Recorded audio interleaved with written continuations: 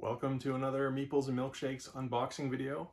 We received 2 shipments today. We weren't expecting them till Monday, but they're both here and we're going to see what's in them. We had to open up one box already. Apologies. Spoilers, but we needed to find something for somebody right away. And we knew it was one of these boxes and we got lucky and found it right away. Okay, so we have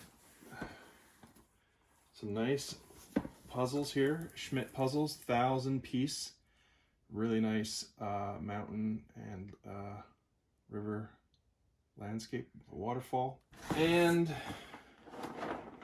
some very healthy food, avocados and nuts and seeds, vegetables, fruit, beautiful swans, a very nice chateau or something. There we go, mountain scene, and some flowers. Wish I could tell you what kind of flowers those are, but all I can say is they're pink. They're very nice though. And then, for the first time in stock here, Disney Villainous, the worst takes all. You're playing the villains in this game, not the heroes. And I haven't played this yet, but I've heard all kinds of good things about this game. Apparently really fun. Plays, it's nice actually. I've never seen this on a box. I appreciate this. It gives different times for the number of players. So it takes 40 minutes at 2 players and up to 2 hours for 6 players. Somebody was actually asking on the website today via the chat thing for good 6-player games, and I had forgotten this one is a 6-player game that was coming in. I would have recommended this one. Restock Tiny Towns. We only had 1 copy in our first shipment, and that sold before we even launched actually. So Tiny Towns, there it is. This is the 2 to 4 player game. Really cute components, nice art. It's pretty easy to learn. It's the kind of game again where you want to play this several times, because the first time you'll just wish you had understood it better at the beginning of the game. By the middle of the game, you're like, okay, I know what's going on. Next time I'm going to start so much better. Here's a 100-piece double XL puzzle. This is great for people with lower vision, larger pieces. So there it is, nice scene. Gibson's puzzle. And one of the top-rated games in the world, Spirit Island. This is a cooperative game. Can't recommend it highly enough for a cooperative game. It is a complex game. Well worth the time spent learning it.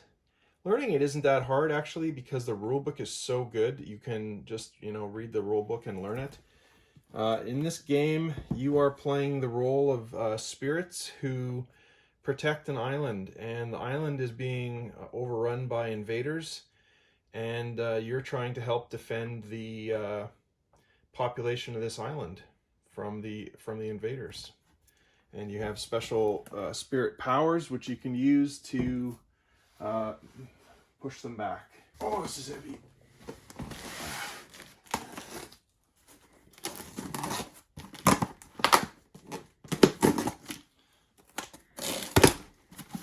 Box 2 of 3 from Lion. Thank you to FedEx for getting these early for us so that they'll be available online this weekend.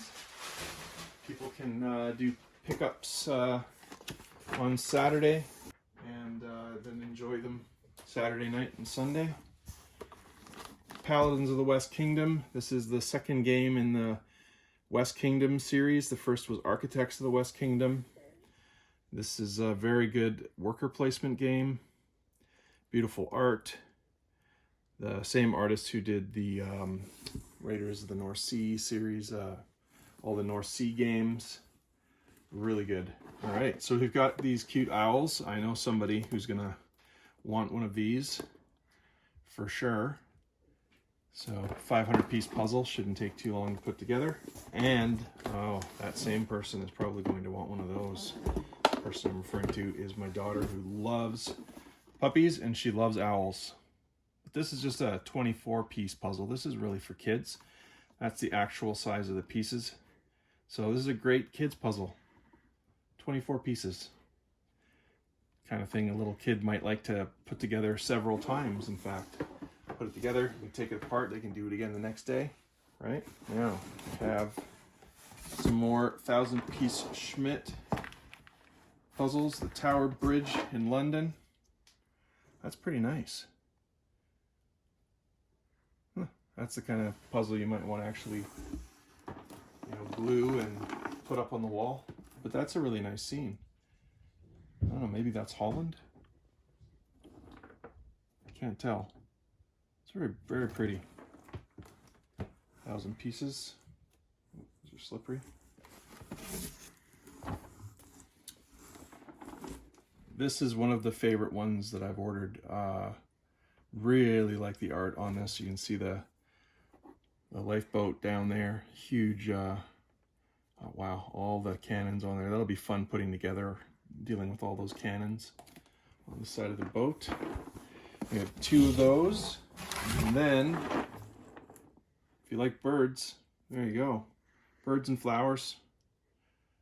This is a very interesting one. 2 of my favorite, well, I would lie.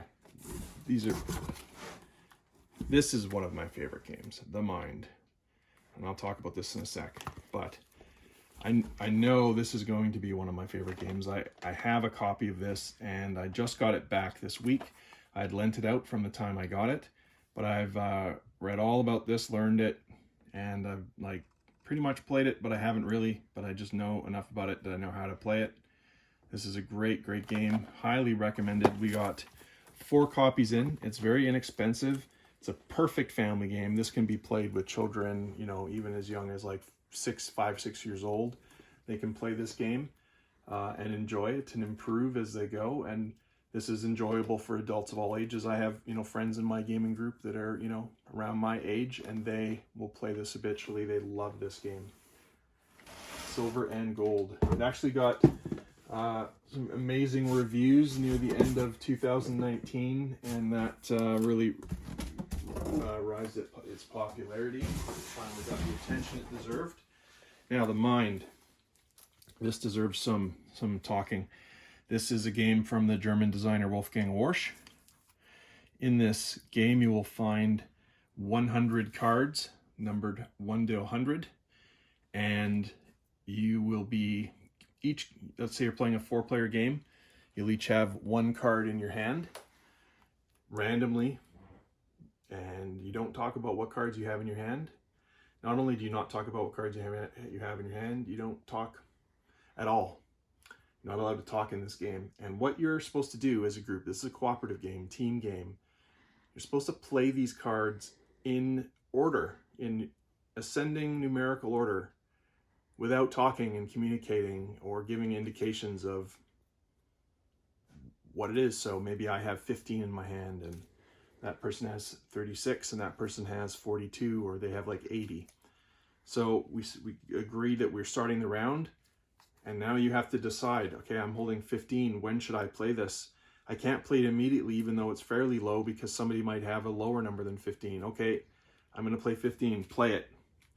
If nobody had a lower card, you're still alive as a group. You can keep going. The next person had that 35. I think, okay, well, there's only 2 cards left in the first level because we only have 1 card each. I think I can play this now. It's pretty safe. Play it. Good. The next person, they're the last person with the card. They say, okay, I'm going to play my 82. Done. First round, you succeeded. No problems. Second round, now you each have 2 cards in your hand. Do it again. Now there's 6 cards. You need to play all 6 cards in order. You can make mistakes. You have a number of lives. When you make a mistake, you lose a life, and you want to get as far as you can. But it's actually a hilarious game. It's something that requires just sort of a mutual understanding and learning of timing with your group. When you get up to 5, 6 cards each in your hand, level 5 and 6, start of the round, and you have 15 cards. That's if you're playing with 3 people. You can play this game even at 4 persons. We've played it at 5 and 6 players. The box says 4, but you can play with any number. And you've got all of those cards in your hand, and you've got to play them in order somehow, and it gets pretty frantic. I mean, this is one of the best games that exists, in my opinion. It's not for everybody. I do know some people who absolutely can't stand it. But that's like maybe 2 out of 60 people that I've played that game with. So yeah, give it a try. The Mind.